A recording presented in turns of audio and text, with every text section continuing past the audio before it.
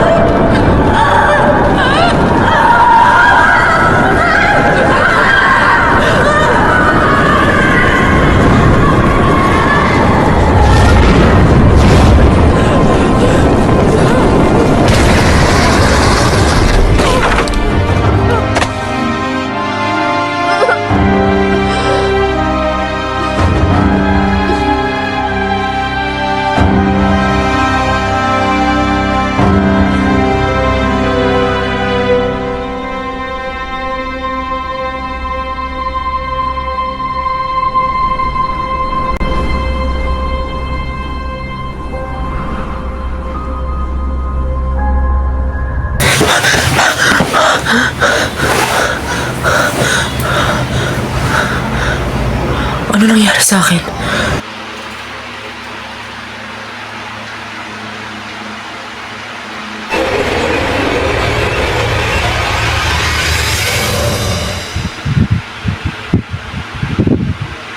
Lumabas ka! Ayoko nang sumpa mo! Magpakita ka sa akin!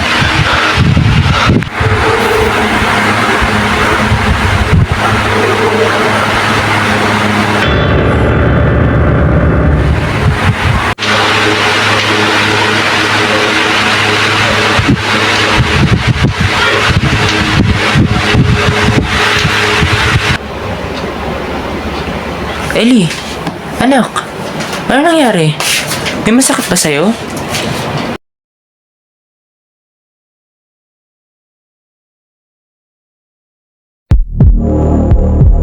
Huwag kang mag-alala. Hindi na kita matutulungan.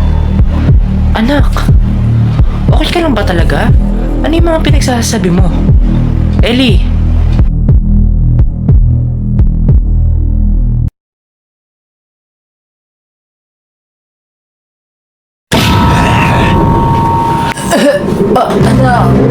Patayin ka!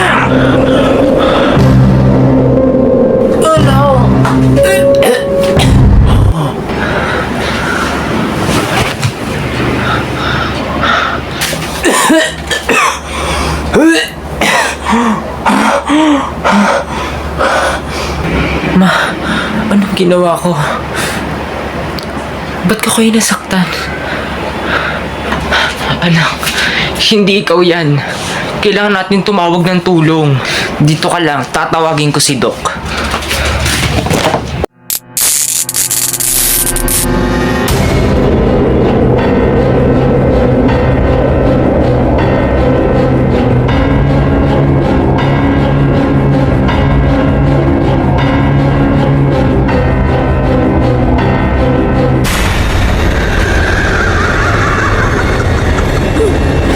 Hindi mo siya maliligtas, Clara. Ako na ang may-ari ng kanyang katawan.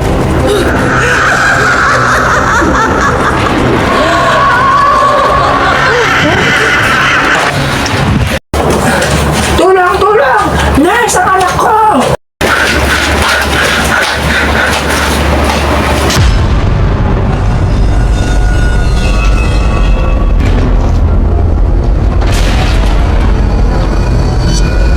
Makakapigil sa akin, Clara. Madadami ka. Dahil sa pakikialam ng anak mo.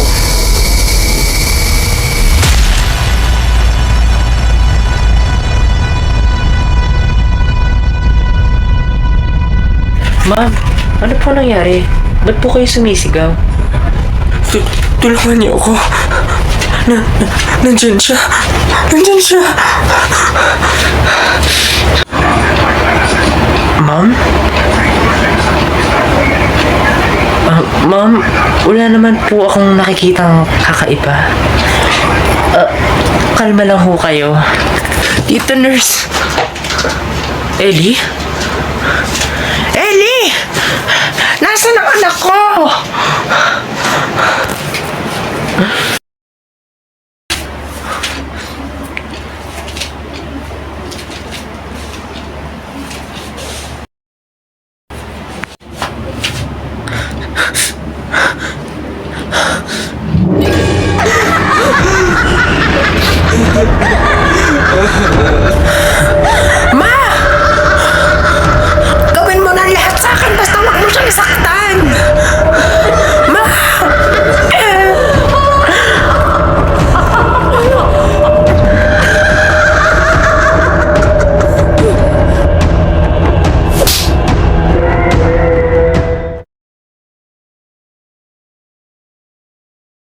Excuse me, Dr. Mendoza.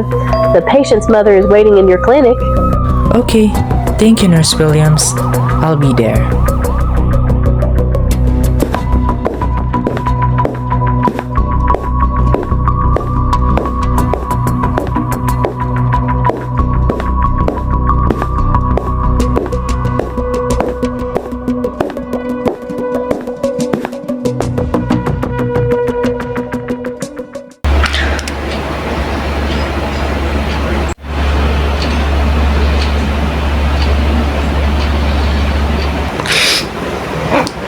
Dok, hindi ko na po alam ang gagawin ko.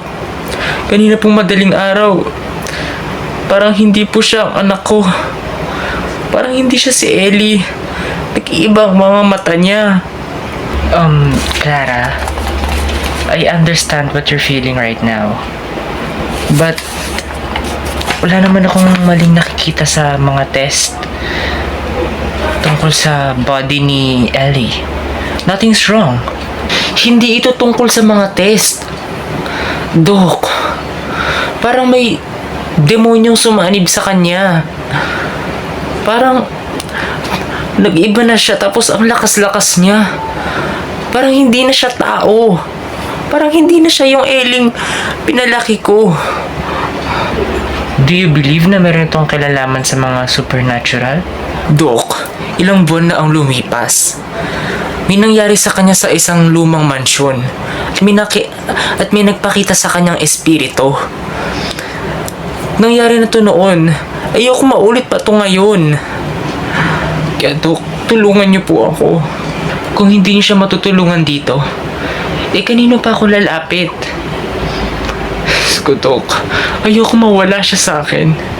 Siya na lang at ang kapatid niya ang natitira sa buhay ko. If that's the case, I suggest na pwede kayo makipag-usap sa isang spirit guide or a priest na may alam sa mga ganyang bagay. But sa kalagayan niya, mas gusto ko pang obserbahan siya. Okay. Clara, siguro mas maganda kung ilagay natin siya sa psychiatric unit. Baka mas matutukan siya doon sa kalagayan niya. Or you should go on a church para manghingi ng basbas sa isang priest. Gagawin ko ang lahat, Dok. Kahit ano. Basta maligtas ko ang anak ko.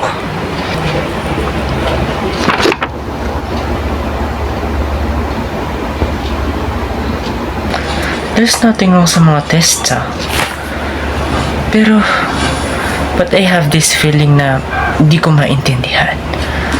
There is no physical matters. Pero may isang bagay na hindi ma-detect ng machine. I think I need to check with someone na may alam sa mga spiritual matters. Or kung hindi, i-remake ko tong test na to.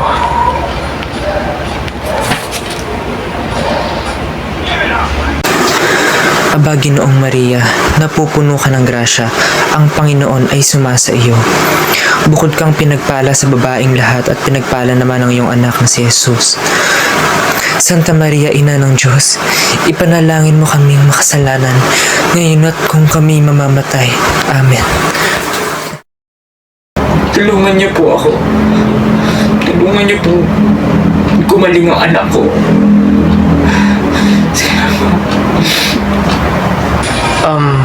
Clara? Sinasabi mo bang may nangyari kay Ellie noon? Isang sumpa? Opo, Father. Noon po may nangyari po sa kanya sa isang lumang mansyon. May nagpakita po sa kanyang espiritu. Akala po namin tapos na. Ayun pala, bumalik siya. At ngayon, parang siya lang may control kay Ellie. Ang mga espiritu hindi maaaring sumuko ito agad. Kailangan natin tumaagapan bago pa mahuli ang lahat. Bibigyan natin siya ng basbas. Ngunit kailangan nating maghanda. Ang labanang ito ay hindi basta-basta laban ng dugo at laman. kundi ng mga espiritu. O ito, kunin mo itong holy water na to. May basbas ko na rin yan. Salamat po, Father. Sige po, salamat po ulit. Gumawa kami ng bagong test. And this is a combination of PTSD and hallucinations. Pero wala pang physical matters. Kailangan pa natin siyang obserbahan. Doc, ano po ba ibig sabihin nito? Pwede pa po ba siya gumaling? Based sa mga tests, posibleng galing ito sa mga traumatic experiences ni Ellie sa nakaraan. At doon nagbunga ang PTSD at hallucinations niya. Teka nga, hindi ko na kaya yung mga sinasabi nyo. Wala akong hallucinations at lalong wala akong PTSD. Ellie, hindi kita naiintindihan. Ano bang nangyayari sa'yo? Ellie, ang mga results sa mga test mo ay nagpapakita ng ibang kondisyon. So, kailangan ka na pa namin obserbahan. Wala akong ganun, Dok. Hindi ako nasisiraan ng ulo. Hindi ako baliw. Hindi ko kailangan ng tulong nyo. Anak, tama na. Wala akong sakit, Mama. Pwede po ba? Tigilan na po natin to. Ellie, whatever happens, hindi mo dapat baliwalain ang sakit mo na to. Re-resetahan ka namin ng gamot. Wala nga akong sakit. At isa pa, hindi ko kailangan ng tulong nyo. Anak? Dahil lahat ng ito, hindi to totoo. Ang totoo, si Doña Amara. Si Doña Amara. Minsan niya nang sinaniban ng katawan ko. At ang gusto niya masira ang buhay ko. Gusto niyang angkinin ang katawan ko. Ba't ba ayaw niyong maniwala sa akin? Tama na. Hindi yan totoo. At paano mo naman nasabi, Ma? Ako tong nakakaramdam, hindi kayo. Tsaka pwede ba maniwala na kayo sa akin? Sinasaniban ako ni Doña Amara. Ellie, calm down. Don't be aggressive. Wala, sabi ako sakit. Mabuti pa. Umalis na kayo dito. Clara, we should call for help. Ako na magtatawag. Umalis na kayo! Umalis kayo dito! Ano ba nangyayari sa'yo? Diyos ko po. Hindi ko kailangan ng tulong niya! Ano ba?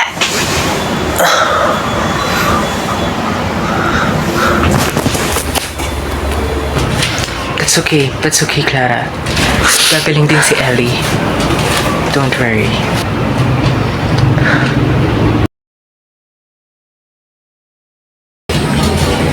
Sige, Ellie. Pumasok ka. I brought you here para sabihin sa akin ang mga gusto mong sabihin. Papakinggan kita. Dok, pwede ngayon maniwala ka na sa akin. Ito kasi yun, Dok. Dok, noon kasi, nagkaroon kami ng field trip. Bale, sa isang mansion na haunted mansion daw. Salamat sa Diyos at hindi kayo inabot ng gabi sa daan. Si Doña Amara. Siya yung dating may-ari ng mansyon na ito. Matagal na siyang patay. Field trip kami, tapos may nambubuli sa akin noon, pinagalitan ng advisor namin. At pinagstay kami sa mansyon ng pinag-overnight kami sa mansyon. Tapos, umulan nun, nag-brand out.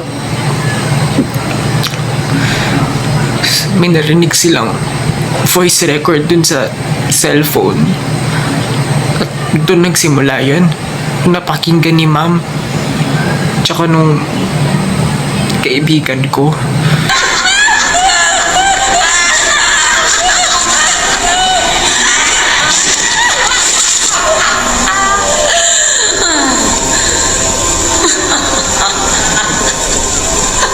Pinatay ni Doña Amara. Si Doña Amara ang may kagagawa ng lahat ng ito. Si Doña Amara. Lahat ng nakakarinig ng voice note, pinapatay at hinuhugot ang dila. Ayaw niyang may makaalam ng totoo. At mas lalong ayaw niyang kumalat ito. Ano yung narinig mo sa voice record? Una Simula nang mamatay ang mga magulang namin, si Amara na ang nagsilbing ina at ama sa akin. Bagamat malaki ang naiwang kayamanan ng aming mga magulang, ang gusto ni Amara ay may pakasal ako sa isang mayamang asyendero. Ate, anong ginagawa mo dito? Siya ang mahal ko, Amara. Hindi! Hindi ako makakapayag. Kapag ikaw pwede. Pero kapatid mo, hindi ko pwedeng mahalin. At sino may sabi sa'yo mahal kita? Gusto kita bilang laruan, bilang pampalipas oras pero hindi bilang bahagi ng pamilya ko. Sino ka ba? Isang hardinero, isang hampas lupa! Nagmamahalan kami, ate, at hindi mo kami mapipigilan. Hindi ako makakapayag na sirain ng walang kwentang lalaking yan ang mga plano ko para sa'yo. Kalimutan mo na siya, Veronica. Hindi siya ang lalaking pakakasalan mo! Buntis ako. At si Jaime ang ama ng dinadala ko. Hayop! Hayop ka! Ayoko! Tama mo! Kanya, Veronica! Ayoko ka sa amin! Halika, Veronica! Ginahasa ng Jaime na ito. Hindi tumigil si Amara sa paninirang puri kay Jaime. Kailangan makulong ang lalaking ito. O kaya hanapin niyo. Hindi ko na siya nakita dito. Pinalabas niya na ginahasa ako ni Jaime. Takot na takot ako. Mama naman. Hindi ko magawang suwayin o kalabanin si Amara. Dahil ang hindi alam na nakakarami, isang mambabarang si Amara. Matagal na niyang inalay ang kanyang kaluluwa kapalit ang kapangyarihang itim.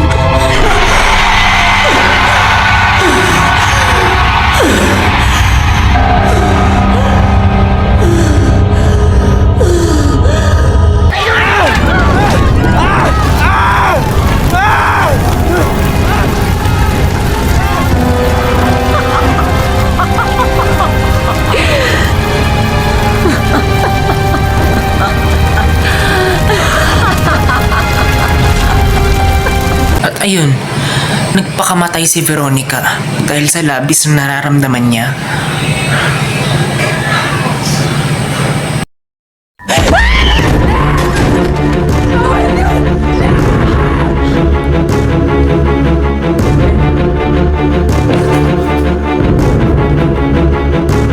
Hello? Yes, this is Dr. Olivia Mendoza. Come to my house now. I have a patient here named Ellie.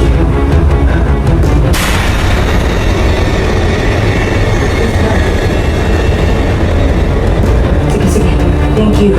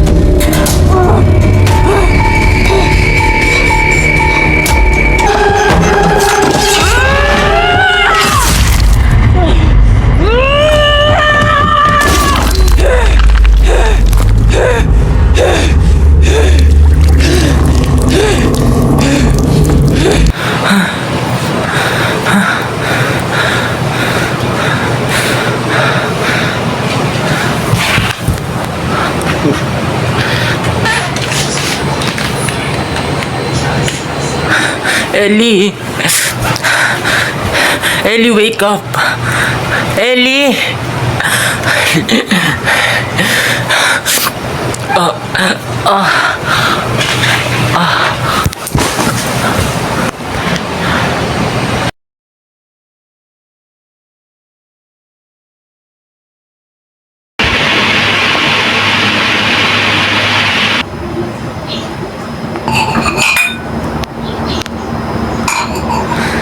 Aray. Aling Clara? Aling Clara, I know you know what happened to Ellie. I'm very sorry, Aling Clara. I didn't meant to kill Ellie. Sorry po. Bigla po siyang sinapian ng kung ano-anong elemento. Hindi ko po alam kung ano yun. Gusto niya po akong patayin. Kaya lumaban lang po ako. Nakakasiguro po akong hindi yun si Ellie. May ibang nasa katawan po ni Ellie. Kaya niya ako nagawang saktan. Aling Clara? Hello? Aling Clara? Aling Clara?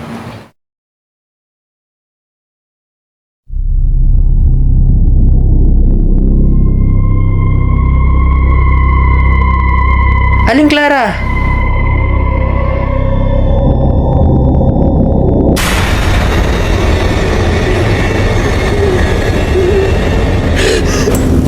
No, no!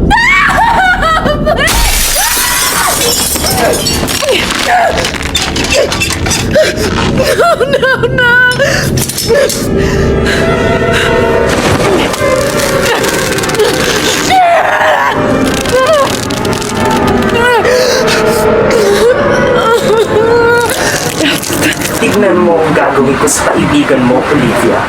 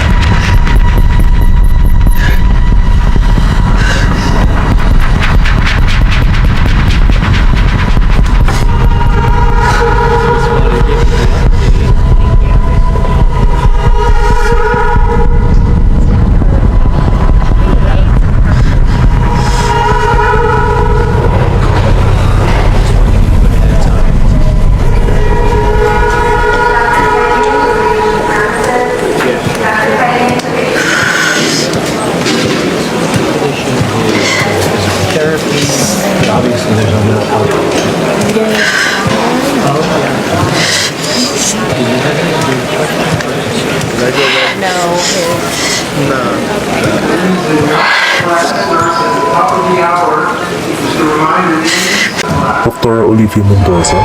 Are you? Oh my God. This is Dr. Rosales. I need to send everybody down to the lobby immediately. Get away from me!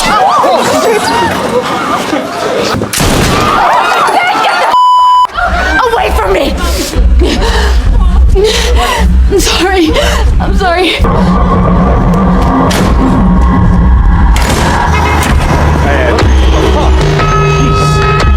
Hindi ba si Dr. Olivia yun?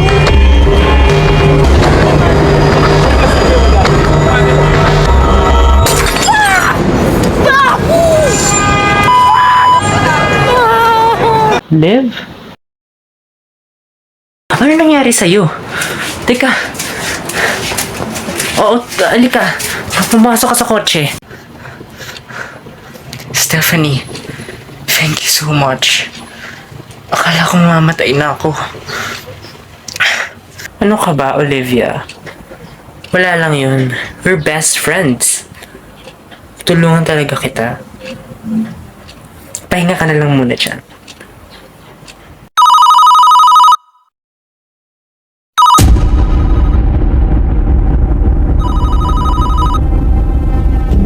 Oh, Liv. Bakit ayaw mo sagutin? Importante yan.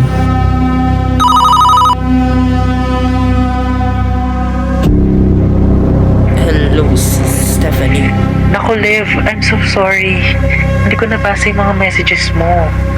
Naka-sick leave pa rin kasi ako today eh. Nilalagnat pa rin ako.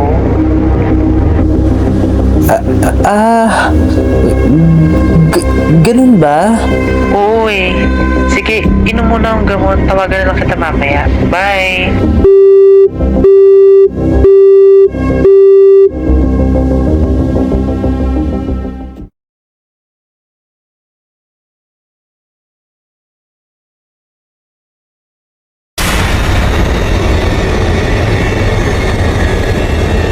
No, please. Please, Jeff, no. Please, Jeff, no. Not you, please.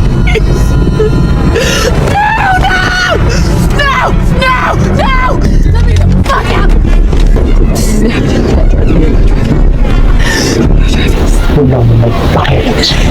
You're in my head. You're in my head. You're in my head! You're in my head! You're in my head! You're in my head! You're not in control! I am! You're not in control. I am. I'm in control. Control. I'm in control.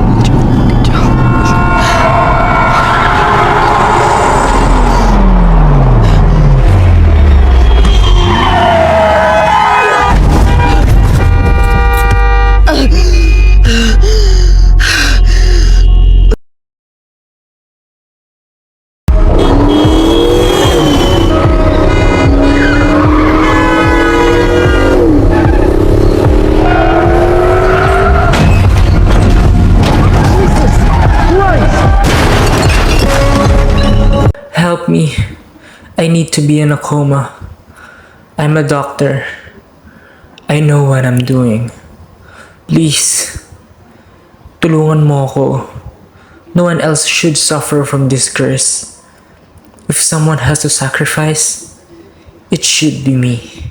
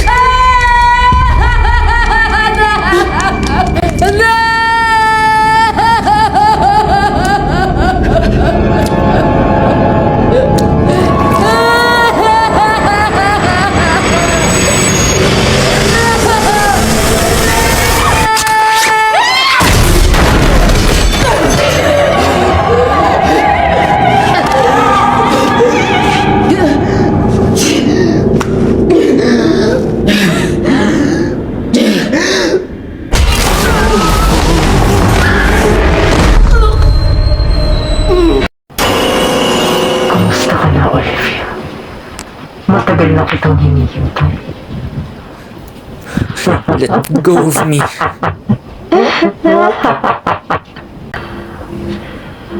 Hinihintay ka na nila Clara at Ellie.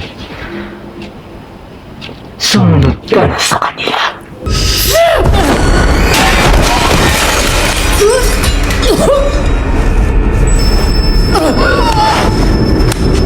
Hindi ka makakatakas sa sumpa na to.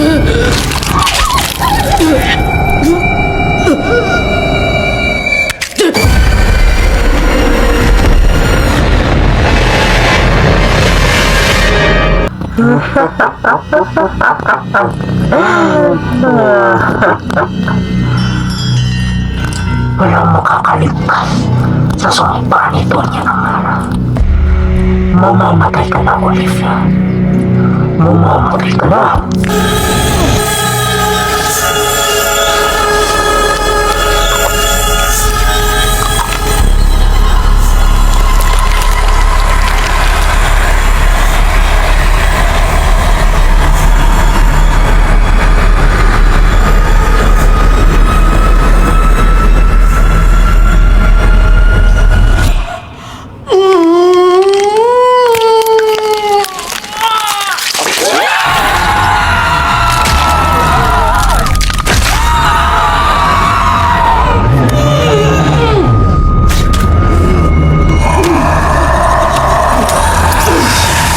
You go to hell.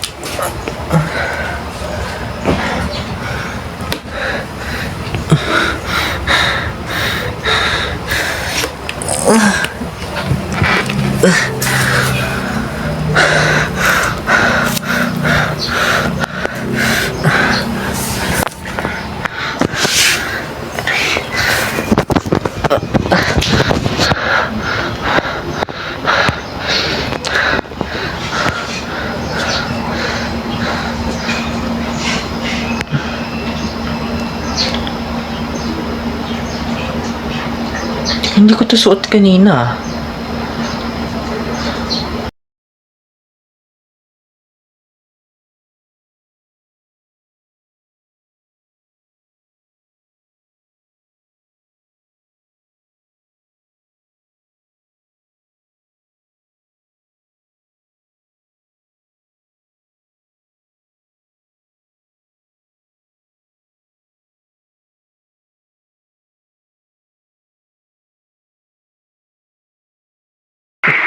Kailan ba kasi ulit tayo gagala, Liv? Ang tagal na nung huli nating alis, ah. Hindi ko rin talaga kasi alam, Steph, eh. Diba, sa condo na ako nakatira? Ba't kasi ayaw mong bumalik sa house mo? You know kung bakit ayoko na dun sa bahay ko. Hindi pa rin ako makamove on. Ay, wait. My mom's calling me.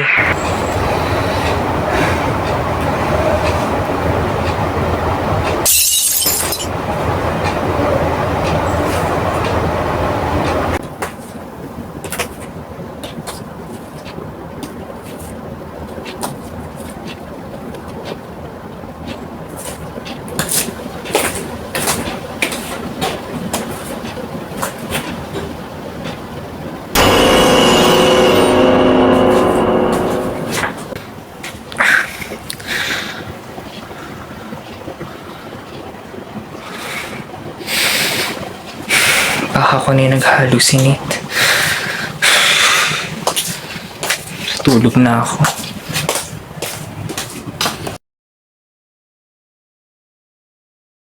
Kaya nasa na yung mail ko? Ito na, Kyle.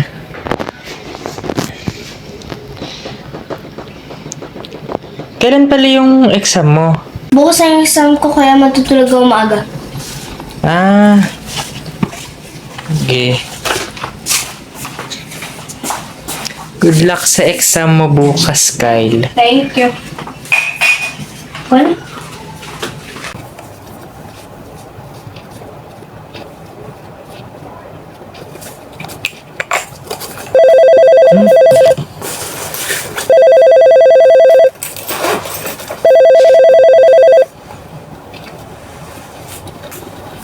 Hello, Kyle. Hello, Ate Olivia. Hintayin na lang kita dito sa airport. Ah, sige, Kyle. Congrats pala sa graduation mo dyan sa US, ha? Okay, salamat. Sige, bye. On the way na ako. Okay. Bye.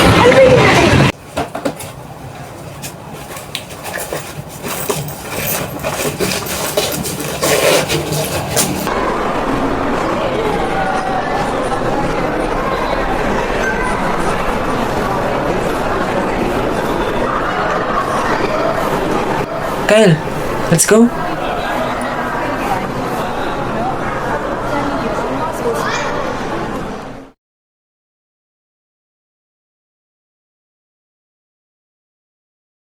Pwede ba natin i-visit si nanay at si Kuya Ellie sa columbarium?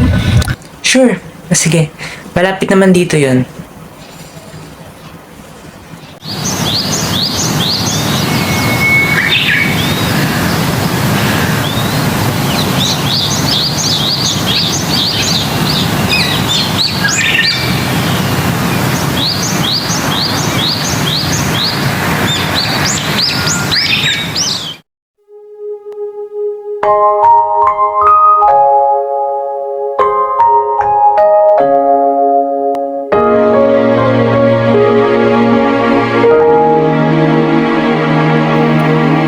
Di nagpapansin, wanag ng bituin, nakikinig sa iyo. Perfect ka sa quiz namin nila Teacher Ellie. Ay, very good, Kyle. Galing mo, ha? Next time, bibilang kita ng Robux ba yun? Basta sa Roblox, oh. Galingan mo pa, ha? Mayroong darating sa iyong tawag. Di ka nag-iisa. Pag tumigil na, maniwala na may mabuti sa isa't isa. Nasa iyong tabi ang pag-asa.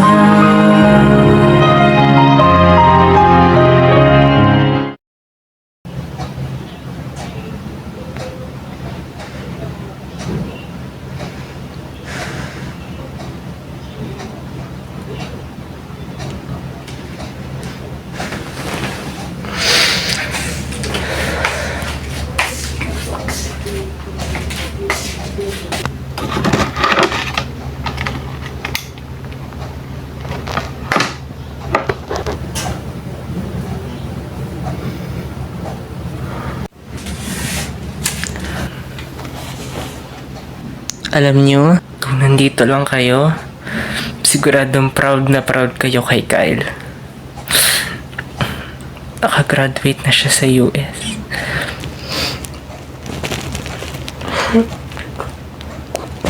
Kung naniwala lang sana ako nung una, hindi sana mangyayari to. Ellie, I thought na imagination mo lang lahat. Pero totoo pala. Totoo lahat. Pinaniwala ko pa ang sarili ko na hallucinations lang yun.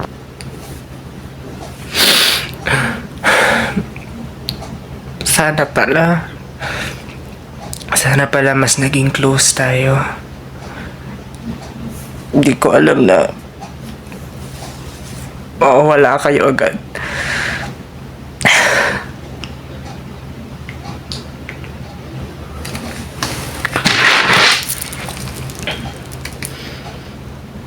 Hindi dapat kayo naging parte ng sumpa na to. Kung kaya ko lang ibalik ang lahat, sana ako na lang. As hindi kayo. Pangako, aalagaan ko si Kyle. Kahit pa paano man lang, may matitirang memories niyo.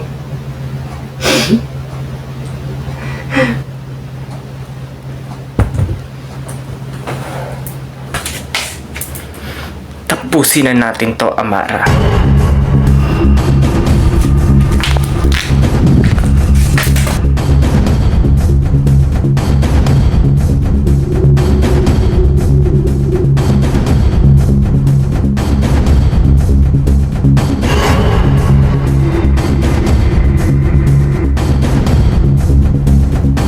Kailangan matapos ang sumpa.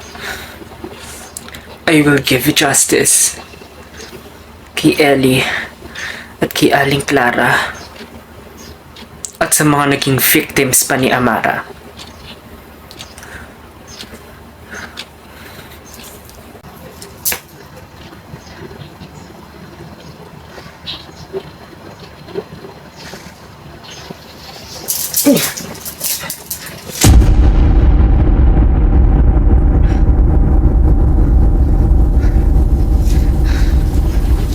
It's over. Finally. Pero bakit parang may kulang? Ang akala mo ba tapos na tayo? I won't let you control me, Amara. You're done. Tapos na ang panahon mo.